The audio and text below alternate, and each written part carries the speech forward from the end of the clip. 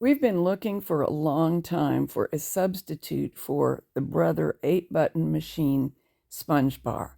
On other machines, I have succeeded with I-cords, so I tried that. It didn't work properly, and I'll tell you exactly how in a minute, so I thought that perhaps a crocheted I-cord might work better. We have an empty sponge bar tray that has a good ribbon still attached to it, the ribbon that should originally have been over the sponge, and we were able to use that to draw the I-cords through the machine. When neither one worked properly, we inserted a brass welding rod inside of the squarish crocheted I-cord, and we were sure that was going to do the trick. And for the first few minutes, it seemed to do so. Here's what the issue is. On this particular machine, E position all the way forward doesn't quite come all the way out to the front rail. If the needles are allowed to come that far out, this is what happens. You can't pass them, and the reason is that they have become unseated from their proper position at the back. You have to jiggle them around, as I'm doing, to get them to assume the correct position and put them back in it.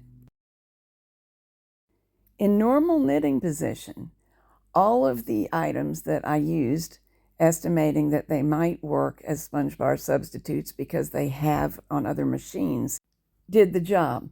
But it's problematic to never be able to use the all the way forward hold position.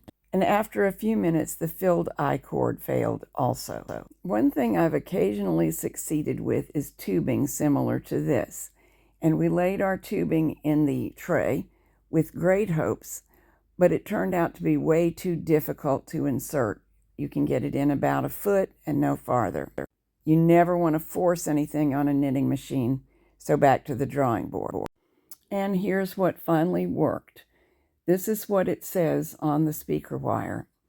Unfortunately, we cannot remember where we ordered this from, so we'll just give you a series of pictures of the label. It's Bulls Audio from California. There are the numbers that identify it, and it is called speaker cable. We taped one end into a cleaned out tray. One reason we've been looking so hard for a sponge bar substitute for the 8-button machine is that it is a unique size. It seems to be the same diameter and thickness as a Modern Brother, but the Modern Brother sponge bars are longer. I used to be perfectly happy rebuilding sponge bars, but I no longer have a reliable source for sponge that actually works and fits properly. Therefore, a substitute is warranted. Here you see me gingerly trying it out. I can bring the needles all the way out and knit them back from hold, and I did so repeatedly. As you can see, they're only coming forward as far as they're supposed to, not that extra 3/16 of an inch that would cause them to be unseated. So after succeeding with knitting back from hold and being very enthused, we decided to give plain old stockinette a try, and then some tuck and some slip.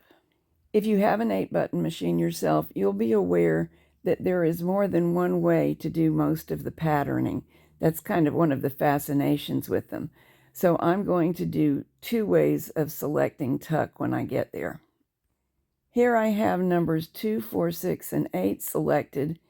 I'm ratcheting, setting the carriage so that they will just tuck on this row. I've got the 2 tuck buttons engaged. When I knit from right to left, setting for normal knitting, knitting back, ratcheting, select tuck buttons, knit right to left, select stockinette, knit left to right.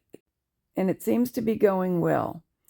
I would say that the needles don't feel quite as tight in their positions as with a brand new sponge bar.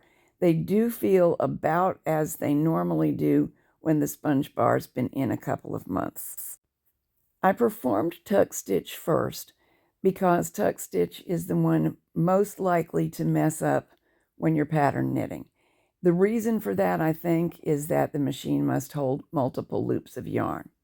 Now I'm going to try some hand-selected tuck. To do this, I'm just going to have the carriage set so that it will leave those needles that I bring forward out until I tell it to knit them back. Alternate set of needles selected, tuck for 4 rows, set the carriage to knit back from hold, and end the tuck sequence. I made a couple of little mistakes here with my selection, but you can get the point. I'm selecting, knitting 4 rows with the needles holding loops on them, knitting 1 row back from hold, all stitches knit 1 time, and then selecting an alternate group of needles. And that makes a beautiful, deeply ridged diamond shape pattern.